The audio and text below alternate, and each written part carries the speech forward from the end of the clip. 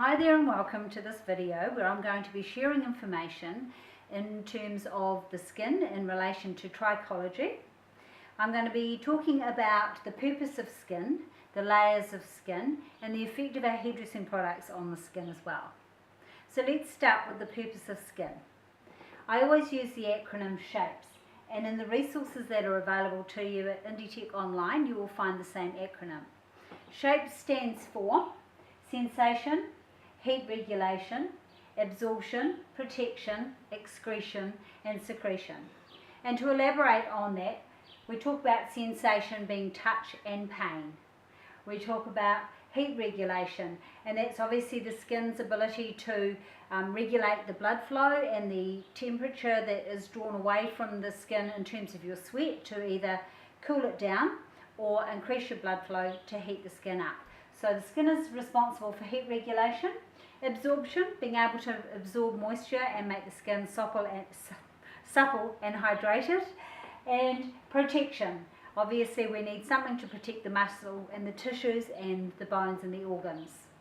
Skin is also responsible for excretion and secretion.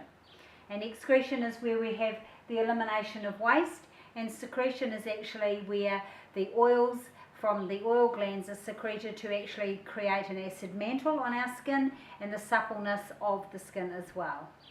So think about shapes when you're thinking about the purpose of skin. We're going to look at the layers of the skin. So we refer to the different layers of the skin. The epidermis is the top layer, and the dermal layer and subcutaneous tissues lie beneath those areas. The epidermis is the top layer, and it comprises of 5 different layers: stratum corneum, stratum lucidum, stratum granulosum, stratum spinosum and stratum germinativum, or the basal layer. Now those are kind of hard to pronounce and to spell, but you will actually get the hang of those as you work through this particular topic and you learn more about each layer. So the epidermis, the outside horny layer, is stratum corneum. The clear layer which lies beneath that is called stratum lucidum. Stratum granulosum is next. It's a granular layer where the cells are just starting to dry out and break down. Stratum spinosum is the spiky layer, and stratum germinativum, or the basal layer, is where the cells are produced. That's the bottom layer of the epidermis. So if we were working from the inside out, we would go this way, but the outside in, we'd go this way. It's really important for you to understand as the skin pushes its way up, keratinization takes place, and I'm going to talk about this a little bit later on, and that directly impacts on the shedding of the outside layer. Below the epidermis lies the dermis, and this consists of 2 layers, the papillary layer and the reticular layer. The papillary layer is the upper layer, and that lies directly in contact with the epidermis. It contains all of the blood vessels and the nerves and capillaries. Beneath that is the reticular layer. This is the largest layer of the dermis.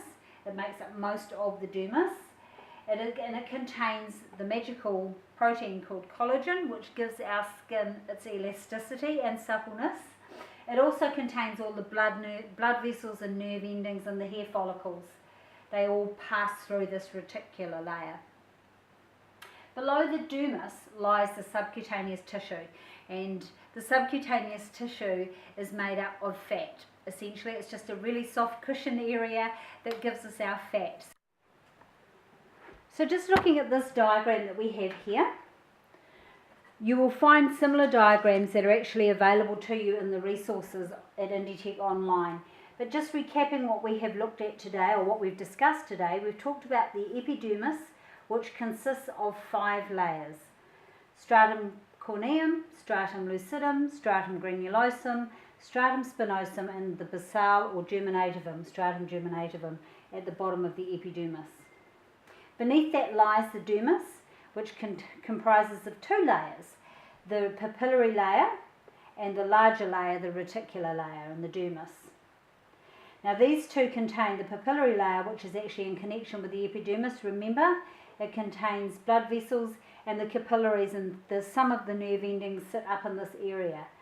The reticular layer, being the larger area, is where the blood vessels pass through, all of the nerves and the hair follicles and glands all pass through that reticular layer there.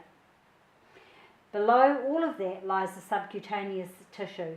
This is the area of fat cells. Some of the sweat glands and obviously some of the capillaries and the veins come down into this area here. But obviously this will vary from person to person, as it is your fatty, soft, spongy area.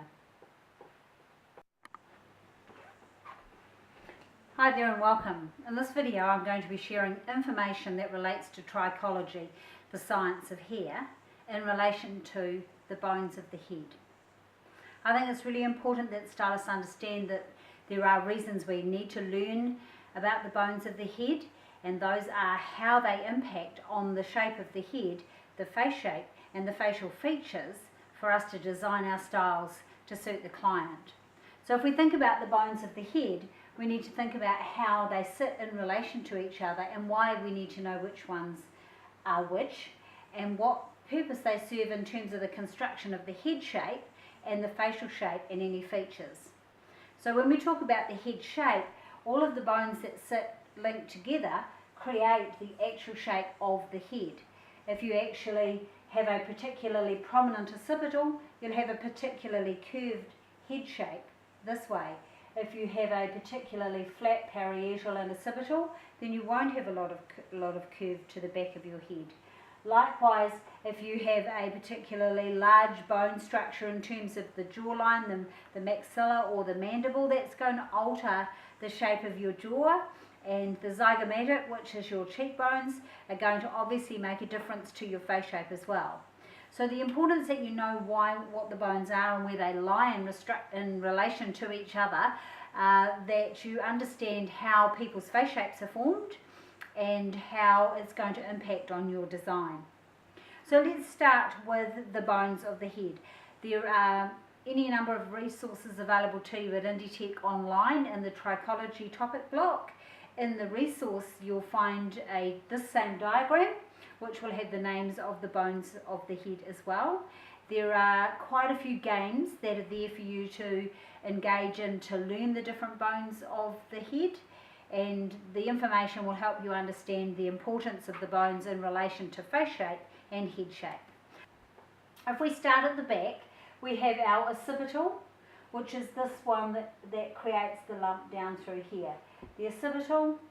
The parietal is the one that comes through, right through to the top at the frontal, which creates the shape of our forehead. We have our temporal bone, which links the occipital through to the cheek and the eye socket. We have the sphenoid, which is this little pink bone in the middle here at the edge of the temporal bone. Now that is actually one that actually helps link the temporal bone to the eye socket. In this area we have the zygomatic, which is the bone that's responsible for the shape of your cheekbones. We have the ethmoid, which is the bone that creates the back of the eye socket, and that's going to give you the structure, the orbital structure of your eye area. We have the nasal bone, the lacrimal, which is on the inside of the nasal bone. We have the maxilla, which is across the top of your jaw, and we have the mandible, which is the lower jaw. So just recapping on the bones of the head: occipital, parietal, frontal, sphenoid, temporal, mandible, maxilla, ethmoid in here, the nasal through there, and the lacrimal, which is right at the back of the eye socket. Please use the resources that are available to you at Inditech online or in your resource book and develop your knowledge further.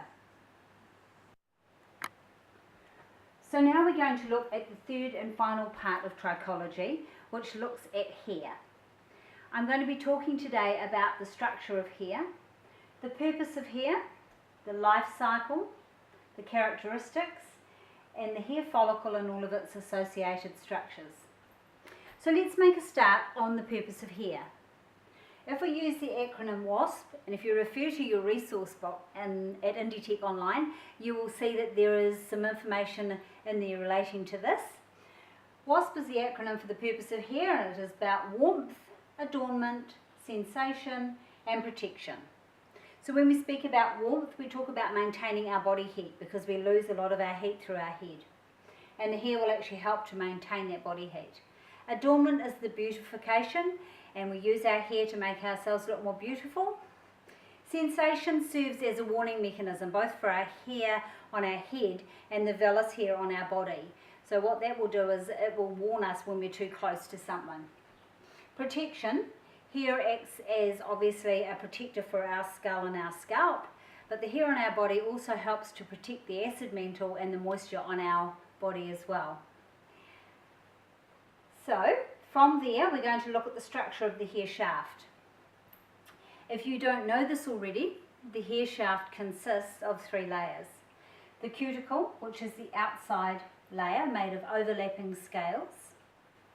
The cortex, which is the second layer made of cortical fibres, which spiral round and twist almost like a helix. So the fibres run lengthways and the cross bonds run across them a little bit like a ladder. In the cortex of the hair shaft is the melanin as well, which is the colour pigment for our hair. And this is the area where our colour services and our chemical processes take place. The cortical fibres are responsible for the structure of the hair. They give the hair its elasticity and its rigidity. When the hair, if that didn't exist, the hair would just fall apart. The medulla, which is the innermost layer, is made up essentially of air sacs, and it serves no real purpose except that it will make the hair shaft fatter and more plumper. So when we look at a really fine strand of hair, it can be quite likely that the medulla is either non-existent or it's intermittent and doesn't go all the way up through the hair shaft. So just to recap the structure of the hair, the outside layer, the cuticle layer, which is made up of overlapping scales, is affected by our preparation and styling products.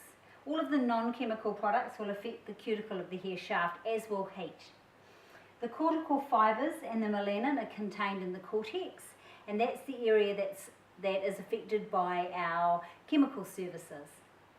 The medulla serves no real function, remember, just to say that it will plump the hair or make the hair slightly fatter. It is comprised of air sacs and is sometimes in really fine structured hair, intermittent or missing. From the hair structure we look at the characteristics of hair and the hair.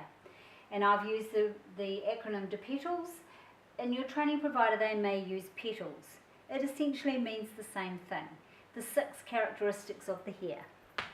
So when we look at the acronym DePetals, we're referring to density, porosity, elasticity, texture, length, and the overall state of the hair and scalp. Density refers to the amount of hairs per square centimetre. Porosity refers to the hair's ability to absorb moisture or liquid. Elasticity refers to the hair being able to stretch and return. Texture refers to the way hair feels and how fat the hair strand is. So a coarse hair strand feels coarse and it is likely to be a fatter hair strand, whereas a fine hair strand feels thin and fine and it is a very thin hair strand. Length speaks for itself, short or long, and the state of hair and scalp refers to the overall state of the hair and scalp. Is it coloured? Is it sensitized? Is it limp and resistant? Just whatever is happening in the overall hair and the scalp, whether there's any abrasions or growth patterns you need to be referring to. So there's more information on DePetals in a number of the topic blocks on Inditech Online. If you feel you need to go and recap on the characteristics of the hair and scalp, I'm sure you'll find some there. We're going to move on and we're going to look at the hair follicle and its associated structures. Before we talk about the diagram on the hair follicle and its associated structures, I'm just going to talk briefly about the different types of hair. On our body we have 2 types of hair, terminal hair and vellus hair. The terminal hair is the hair on our head, the longer, thicker strands of hair, and the finer hair found on our body is called vellus hair.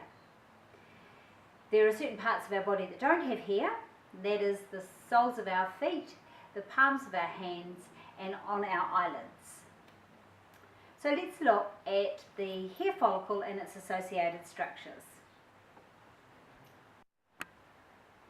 The hair follicle is a pocket or a depression in the skin or the scalp. So as you can see here, this represents our skin or the scalp. We have this pocket-like area from which the hair grows. Now the hair strand consists of the hair shaft, which is that which is found above the skin or scalp, and of course the hair root, which is that which is found below the skin or scalp. At this area here, the bottom of the hair shaft is the hair bulb. So if we start at the bottom of the hair follicle and we work our way up, the dermal papilla sits just underneath the hair bulb, and this is where the hair shaft is actually, the hair is actually attached to the follicle. It is actually fed from blood supply which comes up into this little rise or this sort of vacant area at the base of the follicle here. Above that is this horseshoe type shape, which is the matrix. In this area, the cells are produced and develop to form the hair. As we work up through here, we have the erector pillow muscle, which is actually attached to the side wall of the hair follicle. Now when that contracts, the skin around the hair shaft closes, popping the hair up a little bit and causing that goosebump. The sebaceous glands, this is the area that produces oil, and the oil will travel up through the hair follicle and coat to lubricate the skin or the scalp, and also to lubricate the hair. On this side we have the sweat gland, also known as the sudoriferous gland, and that sits in the dermis and feeds its way up through the duct to the pore or the sweat pore at the scalp or skin up through here. When we look at this area of this diagram, these are the 5 layers of the skin, which of the epidermis, which we've looked at earlier in the video. Below that is the dermis, which consists of 2 areas, the papillary layer, which is directly in contact with the bottom of the epidermis, and the reticular layer, which is the larger layer. And then in underneath that is the subcutaneous tissue.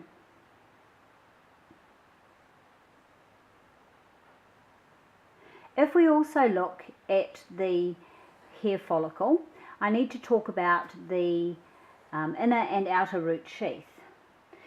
The outer root sheath forms the wall of the follicle, whereas the inner root sheath disappears about 2/3 of the way up the follicle. Now they sort of surround the hair root almost like a bit of an onion skin, just to sort of provide a protective sheath for the hair. So now we're going to look at the hair growth cycle, and I've just zoomed you in on this diagram as well. What we have here is the life cycle of a hair strand. So the acronym is ACT, which stands for anagen, catagen, and telogen. Now in your resource you will be able to read what these processes are. So just briefly, anagen is the process of active growth. So it's actually the hair has been produced and it is actively growing. Catagen is the change. It's where the hair starts to change and starts to separate from the papilla at the base of the follicle. Telogen is its total resting stage.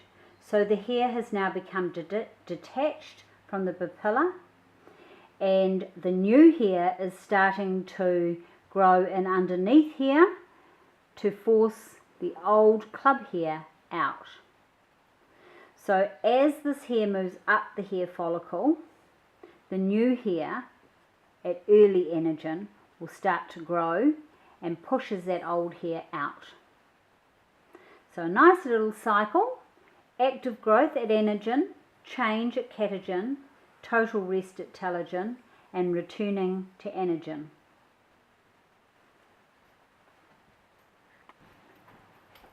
So finally, we're going to look at keratinization and what that is. Keratinization is a process that takes place in both the skin and in the hair, because both of those things are very similar. Now, keratinization is the process of soft cells that are round moving up or changing to hard flat cells or fibers. So in terms of the skin, when we look at keratinization in the skin, where the soft cells are produced in stratum germinativum, they are pushed upwards towards the outside of the epidermis, and as they reach stratum corneum, or become in fact stratum corneum, they are flat and dry and then are shed on a constant basis. So as we know, we shed skin all of the time, skin cells all of the time, and that is part of that process of keratinization. In terms of the hair, keratinization takes place from the matrix. So the soft cells are formed in the matrix, and as those cells grow and develop and become more aged, they dry and they become fibers, and the new cells underneath are produced, which is what creates the fiber of hair to grow. So keratinization takes place in both the matrix or in stratum germinativum and in the skin. So just to round out and recap this video on trichology, the science of hair, we've looked at the bones, and we've looked at how the bones impact on styling and design, because they impact on the shape of the face and the shape of the head. We've looked at the skin, the layers of the skin, the epidermis, the dermis and subcutaneous tissue. And we've now looked at hair and the associated structures of the hair follicle. This information is going to serve you throughout your career as a stylist, your knowledge and finding the information really, really useful.